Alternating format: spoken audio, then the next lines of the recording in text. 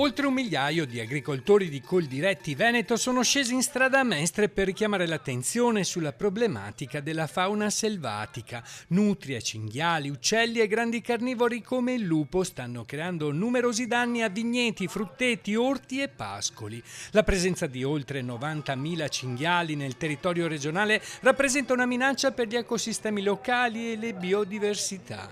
Inoltre la peste suina africana potrebbe compromettere l'intera filiera suinicola. Migliaia di agricoltori provenienti da tutte le province del Veneto si radunano qui davanti al Palazzo della Regione, dove si trova la Direzione Ambiente, per chiedere risposte a interventi urgenti per affrontare il tema della fauna selvatica. Soprattutto cinghiali, nutrie, ma parliamo anche di uccelli e di altri animali che purtroppo infestano le nostre campagne e soprattutto creano grandi danni ai nostri raccolti e anche alle reti di carattere idraulico e idrogeologico del nostro territorio. Coldiretti Veneto ha sollevato la questione a tutti i livelli e ha presentato proposte per contrastare efficacemente la fauna selvatica. Recentemente la Giunta regionale ha approvato nuove linee guida per favorire le procedure di abbattimento previste dal Piano regionale di interventi urgenti, il PRIU.